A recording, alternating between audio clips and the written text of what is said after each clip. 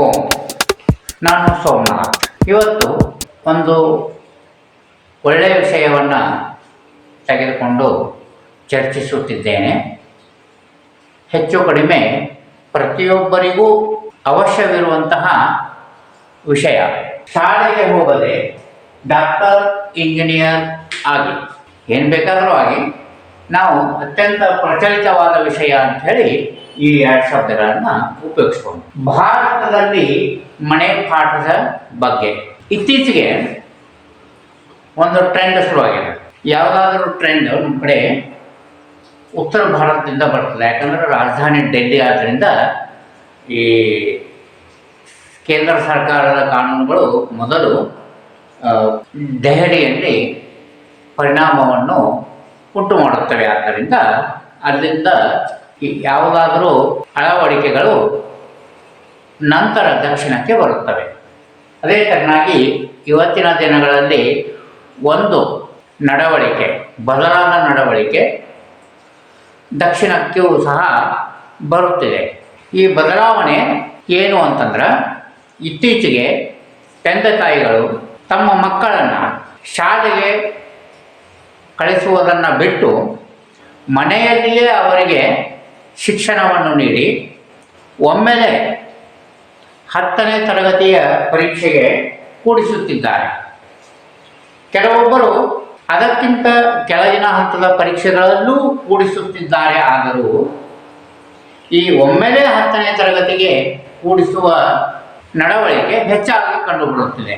ಇದಕ್ಕೆ ಮುಖ್ಯ ಕಾರಣವೆಂದರೆ ಅತಿಯಾದ ಡೊನೇಷನ್ ಹಾವಳಿ, ಆಮೇಲೆ ಶಾಲೆಯಲ್ಲಿ ಅತಿಯಾದ ಡಂಬಾಚಾರ, ಶಿಕ್ಷಣಕ್ಕೆ ಕಡಿಮೆ ಮಹತ್ವ, ತೋರಿಕೆಗೆ ಹೆಚ್ಚು ಮಹತ್ವ, ಆಮೇಲೆ ಮಕ್ಕಳ ರಕ್ಷಣೆ.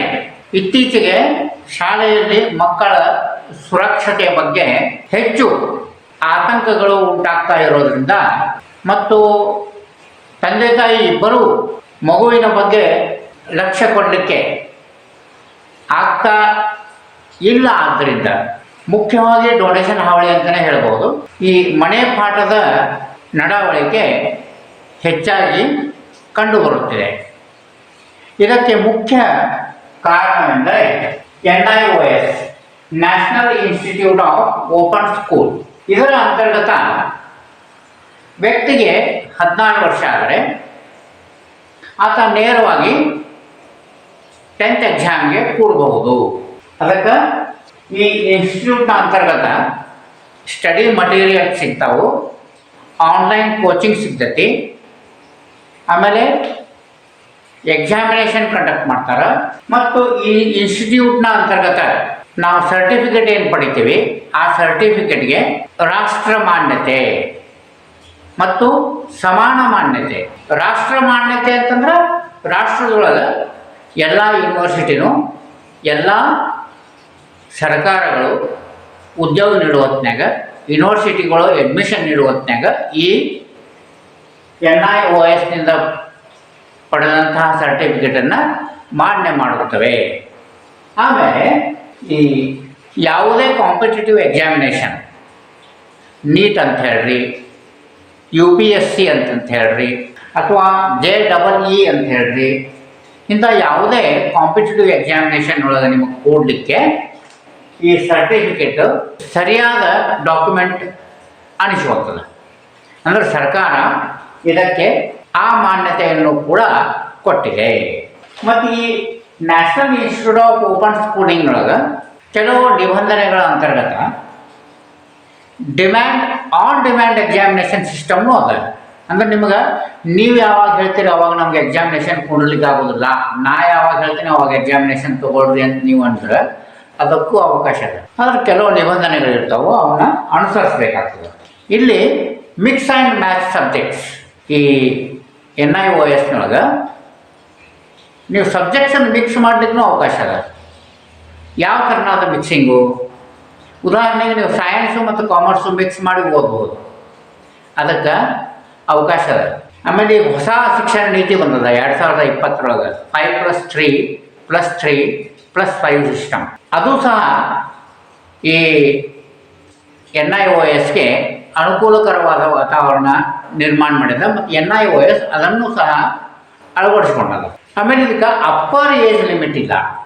NIOS ಒಳಗೆ ಅಡ್ಮಿಷನ್ ತೊಗೋಬೇಕು ಅಂತಾರೆ ನಿಮ್ಗೆ ಅಪ್ಪರ್ ಏಜ್ ಲಿಮಿಟ್ ಇಲ್ಲ, ಲೋವರ್ ಏಜ್ ಲಿಮಿಟ್ ಅದ. 16 ವರ್ಷಕ್ಕಿಂತ ಕಡಿಮೆ ಇದ್ರೆ ನಿಮ್ಗೆ ನೇರವಾಗಿ SSC ಎಕ್ಸಾಮಿನೇಷನ್ ಕುಂಡ್ರಲಿಕ್ಕೆ ಬರೋದಿಲ್ಲ, ಅಂದರೆ 10th ಎಕ್ಸಾಮಿನೇಷನ್ ಕುಂಡ್ರಲಿಕ್ಕೆ ಬರೋದಿಲ್ಲ. ಆ ಥರ 18 ವರ್ಷ ಆಗಿದ್ದರೆ ನೀವು ನೇರವಾಗಿ PUC ಎಕ್ಸಾಮಿನೇಷನ್ಗೂ ಕೂಡಬಹುದು. ಆಮೇಲೆ ಇನ್ನೂ ಒಂದು ಅವಕಾಶ ಅದ NIOS ಒಳಗೆ.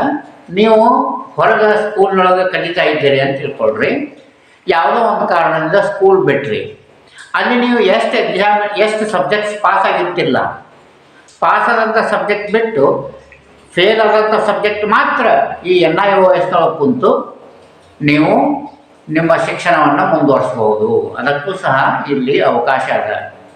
ಒಂದೇ ಮಾತಿನೊಳಗೆ ಹೇಳ್ಬೇಕಂದ್ರೆ NIOS ಒಳಗೆ ಫ್ಲೆಕ್ಸಿಬಿಲಿಟಿ ಭಾಳ ಅದ.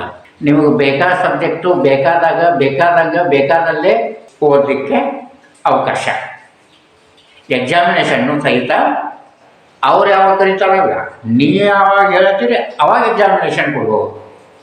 ಅದಕ್ಕೂ ಸಹ ಅವಕಾಶ.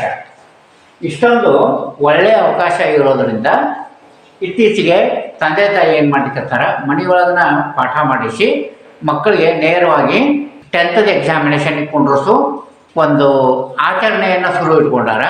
ಇದರಿಂದ ಅವ್ರಿಗೆ ಈ ಶಾಲೆಗೆ ಮಕ್ಕಳು ಕಳಿಸೋದ್ರಿಂದ ಉಂಟಾಗುವಂತಹ ಆತಂಕ ದೂರ ಆಗ್ತದೆ. ಒಂದು. ಎರಡನೇದ್ದು, ಡೊನೇಷನ್ ಹಾವಳಿಯಿಂದ ದೂರ ಆಗ್ತಾರೆ. ಡೊನೇಷನ್ ಅವಶ್ಯಕತೆ ಇಲ್ಲ. ಮತ್ತು ಮಕ್ಕಳಿಗೆ ತಾವು ಹೆಂಗೆ ಇಚ್ಛೆ ಪಡ್ತಾರೆ ಹಂಗೆ ಓದಿಸ್ಲಿಕ್ಕೆ ಒಂದು ಒಳ್ಳೆ ಅವಕಾಶ ಇದರಲ್ಲಿ ಅದ. ತಂದೆ ತಾಯಿಗಳ ಕೆಲವೊಬ್ಬರು ಮಗುನ ಹಿಂಗೆ ಓದಿಸ್ಬೇಕು ಅಂತಂಥೇಳಿ ಒಂದು ತಮ್ಮದೇ ಆದಂಥ ಒಂದು ಪದ್ಧತಿ ಇಟ್ಕೊಂಡಿರ್ತಾರೆ. ಅದು ಶಾಲೆಗೆ ಕಳ್ಸಕ್ಕೆ ಬಿಟ್ಟರೆ ಅದಾಗೋದಿಲ್ಲ. ಶಾಲೆ ಹೆಂಗೆ ಹೇಳ್ತಿಲ್ಲ ಅಂತ ಕೇಳ್ಬೇಕಾಗ್ತದೆ. ಆದರೆ ಇದರೊಳಗೆ ನೀವು ಇಚ್ಛಾಪಟ್ಟಂಗೆ ನಿಮ್ಮ ಮಗುನ ನೀವು ಓದಿಸ್ಬಹುದು. ನಿಮ್ಮ ಮಗುವಿಗೆ ನೀವು ಶಿಕ್ಷಣವನ್ನು ಸ್ವತಃ ಕೊಡಬಹುದು. ಅದು ಒಂದು ಅವಕಾಶ ಈ NIOS ಒಳಗೆ ಅದ. ಈ NIOS ಅಂತರ್ಗತ ಡಿಜಿಟಲ್ ಲರ್ನಿಂಗ್ ಅಂದ್ರೆ ನೀವು ಆನ್ಲೈನ್ ಅಭ್ಯಾಸ ಮಾಡಲಿಕ್ಕೆ ಅವಕಾಶವನ್ನು ಮಾಡಿಕೊಡ್ತದೆ NIOS. ಆಮೇಲೆ ಕ್ಲಾಸ್ ರೂಮ್ಸ್ ಇರ್ತಾವೆ, ವರ್ಚುವಲ್ ಕ್ಲಾಸ್ ರೂಮ್ಸ್. ಅಂದ್ರೆ ಈಗ ಯೂಟ್ಯೂಬ್ ಒಳಗೆ ಕ್ಲಾಸ್ ರೂಮ್ ನೋಡ್ತಿಲ್ಲ, ಆ ಥರ ವರ್ಚುವಲ್ ಕ್ಲಾಸ್ ರೂಮ್ ಇರ್ತಾವೆ. ವರ್ಚುವಲ್. 3. ಸ್ಟಡಿ ಮಟೀರಿಯಲ್ ಕೊಡ್ತಾರೆ. ಸ್ಟಡಿ ಮಟೀರಿಯಲ್ನ NIOS ಕೊಡ್ತದೆ, ಆನ್ಲೈನ್ನ ಕೊಡ್ತದೆ. ನೀವು ಬೇಕಂದ್ರೆ ಡೌನ್ಲೋಡ್ ಮಾಡ್ಕೊಂಡು ಪ್ರಿಂಟ್ ಮಾಡ್ಕೋಬಹುದು, ಅಥವಾ ಅವ್ರ ಸಬ್ಜೆಕ್ಟ್ ಹೆಸರು ಹೇಳ್ತಾರೆ ಅವನ್ನ ಖರೀದಿನೂ ಮಾಡಬಹುದು. ಸ್ಟೋರ್ ಬುಕ್ ಸ್ಟಾರ್ನಾಗ ಸ್ಟಡಿ ಮಟೀರಿಯಲ್ ರೀಜನಲ್ ಲ್ಯಾಂಗ್ವೇಜ್ ಒಳಗೆ ಸಿಗ್ತಾವೆ. ನೀವು ಯಾವ ಭಾಷೆ ಇಚ್ಛಾ ಪಡ್ತೀರಿ ಆ ಭಾಷೆದೊಳಗೆ ನೀವು ಓದ್ಬೋದು.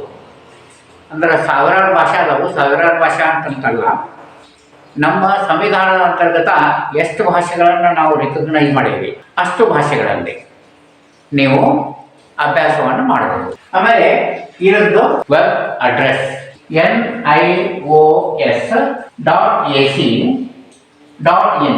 ಈ ಅಡ್ರೆಸ್ಸಿಗೆ ನೀವು ವಿಸಿಟ್ ಮಾಡಿದ್ರೆ ಅಡ್ಮಿಷನ್ ಹೆಂಗೆ ತೊಗೊಳ್ಳೋದು, ಎಕ್ಸಾಮಿನೇಷನ್ ಫಾರ್ಮ್ ಹೆಂಗೆ ತುಂಬೋದು, ಫೀಸ್ ಹೆಂಗೆ ತುಂಬೋದು ಎಲ್ಲನೂ ಅದು ಹೇಳ್ಕೊಡ್ತದೆ. ನೀವು ಆ ಪ್ರಕಾರ ಮುಂದುವರೆದು ಅಡ್ಮಿಷನ್ ತಗೊಂಡು ಎಕ್ಸಾಮಿನೇಷನ್ ಪಾಸ್ ಆಗ್ಬೋದು. ಮತ್ತು ವಿಪುಲವಾದಂತಹ ಕಲಿಯುವ ಅವಕಾಶ NIOS ನಮಗೆ ಒದಗಿಸಿದೆ. ನಿಮ್ಗೆ ಮೊದಲೇ ಸರಿ ಅಡ್ಮಿಷನ್ ತೊಗೊಂಡು ಒಂದು ಎಕ್ಸಾಮಿನೇಷನ್ ಪಾಸ್ ಆಗುತ್ತಂತ, ಒಂದು ಎಕ್ಸಾಮಿನೇಷನ್ ನೀವು ಅಪಿಯರ್ ಆಗೋದಂತ ನಿಮ್ಗೆ ಇದು ಒಂಥರ ತಿಳಿತಾ ಇಲ್ಲ ಅನಿಸ್ಬೋದು. ಆದರೆ ಒಂದು ಸರಿ ನೀವು ಒಂದು ಎಕ್ಸಾಮಿನೇಷನ್ ಕುಂತ್ಬಿಟ್ರಿ ಅಂದ್ರೆ ಆಮೇಲೆ ನಿಮ್ಗೆ ಇದು ಭಾಳ ಈಸಿ ಅನ್ನಿಸ್ತದೆ. ಆಮೇಲೆ NIOS ಯೂಸರ್ ಫ್ರೆಂಡ್ಲಿ ಅದ, ನಿಮಗೆ ತಿಳಿತದೆ ಅದನ್ನು ವಿಸಿಟ್ ಮಾಡಿದರೆ. ಈ ಥರ ನೀವು ಶಾಲೆಗೆ ಹೋಗದೆ ಡಾಕ್ಟರ್ ಮತ್ತು ಇಂಜಿನಿಯರ್ ಆಗಬಹುದು, ಅಥವಾ ಏನೂ ಆಗಬಹುದು. IAS ಆಫೀಸರ್ ಆಗ್ಬೋದು, IPS ಆಫೀಸರ್ ಆಗ್ಬೋದು. ಯಾವುದೇ ಇವತ್ತು ಒಂದು ಮನುಷ್ಯ ಶಾಲೆ ಒಳಗೆ ಕಲಿತು ಏನೇನು ಆಗ್ತಾನ ಅದೆಲ್ಲಾನು ನೀವು NIOS ಥ್ರೂ ಕಲಿತು ಆಗಬಹುದು. ಒಂದು ಮಾತನ್ನ ಹೇಳಿ. ಸೊ ಈ ಮತ್ತು ಮಾರ್ಕ್ಸ್ ಕಾರ್ಡ್ ಎಲ್ಲಿಂದ ಬರ್ತಾವು? ಮಾರ್ಕ್ಸ್ ಕಾರ್ಡ್ ನಿಮಗೆ NIOS ನಿಂದನೇ ಬರ್ತಾವು. ಆನ್ಲೈನ್ ಈ ಸೈಟ್ನೊಳಗನ ಬಂದ್ಬಿಡ್ತಾವೆ. ಅದನ್ನು ನೀವು ಡೌನ್ಲೋಡ್ ಮಾಡ್ಕೊಂಡು ಉಪಯೋಗ ಮಾಡ್ಬೋದು. ಇಲ್ಲಿ ಪಾಸಾದ ಮಕ್ಕಳಿಗೂ ಮತ್ತು CBSE ಒಳಗೆ ICSE ಒಳಗೆ ಪಾಸಾದ ಮಕ್ಕಳಿಗೂ ಯಾವುದೇ ವ್ಯತ್ಯಾಸ ಇರೋದಿಲ್ಲ. ಅಂದ್ರೆ ಅಭಿವೃದ್ಧಿ ದೃಷ್ಟಿಯಿಂದ, ಪ್ರಾಸ್ಪೆಕ್ಟಸ್ ದೃಷ್ಟಿಯಿಂದ ಯಾವುದೇ ವ್ಯತ್ಯಾಸ ಇಲ್ಲ. ಇತರೆ ಮಕ್ಕಳಂತೆ ಯಾವುದೇ ತೆರನಾದ ಕಾಂಪಿಟೇಟಿವ್ ಎಕ್ಸಾಮಿನೇಷನ್ಗಳನ್ನು ಸಹ ಈ NIOSನ ಅಂತರ್ಗತ ಪಾಸಾದ ಮಕ್ಕಳು ಸಹ ಅಪಿಯರ್ ಆಗಬಹುದು ಮತ್ತು ಶಿಕ್ಷಣದಲ್ಲಿ ಮುಂದುವರಿಯಬಹುದು. ಭಾರತದ ಎಲ್ಲ ಯೂನಿವರ್ಸಿಟಿಗಳು ಸಹ ಈ NIOSನಿಂದ ದೊರೆತಂಥ ಸರ್ಟಿಫಿಕೇಟನ್ನು ಮಾನ್ಯ ಮಾಡುತ್ತವೆ. ನಿಮ್ಮ ಕರಿಯರ್ NIOSನಲ್ಲಿ ಪಡೆದ ಕಾರಣಕ್ಕಾಗಿ ಬ್ರೇಕ್ ಆಗೋದಿಲ್ಲ. ಇಲ್ಲೇ ಕೆಲವು ಡಿಸಡ್ವಾಂಟೇಜ್ ಅದಾವೆ. ಈ NIOSನೊಳಗೆ ನೀವು ಕಳಿಸ್ಬೇಕು ಅಂದ್ರೆ ಮಕ್ಕಳನ್ನ ಮನೆಯೊಳಗೆ ಇಟ್ಕೊಂಡು ಕಳಿಸ್ಬೇಕು. ಒಂದು ನೀವೇ ಕಳಿಸ್ಬೇಕು ಅಥವಾ ಶಿಕ್ಷಕರನ್ನು ನೇಮಿಸ್ಬೇಕು. ಶಿಕ್ಷಕರನ್ನ ನೇಮಿಸಿದ್ರಿ ಅಂದ್ರೆ ಶಾಲೆಗೆ ಕಳಿಸೋದಕ್ಕಿಂತ ಬಹುತೇಕ ನಿಮ್ಗೆ ಹೆಚ್ಚಿಗೆ ಖರ್ಚಾಗ್ತದೆ. ನೀವೇ ಕಳಿಸಿದ್ರೆ ಸೇವೆ ಆಗ್ತದೆ. ಆಮೇಲೆ ಎರಡನೇ ತೊಂದರೆ ಅಂತಂದ್ರೆ ಒಂಟಿತನ. ನಿಮ್ಮ ಮಕ್ಕಳಿಗೆ ಒಂಟಿತನ ಕಾಡ್ತದೆ. ಯಾಕಂದ್ರೆ ಅವ್ರಿಗೆ ಸ್ನೇಹಿತರು ಈ ತೆರನಾದ ಶಿಕ್ಷಣ ಪದ್ಧತಿಯಲ್ಲಿ ಇರೋದಿಲ್ಲ. ಅವರು ಒಬ್ಬರ ಕಲಿಬೇಕಾಗ್ತದೆ.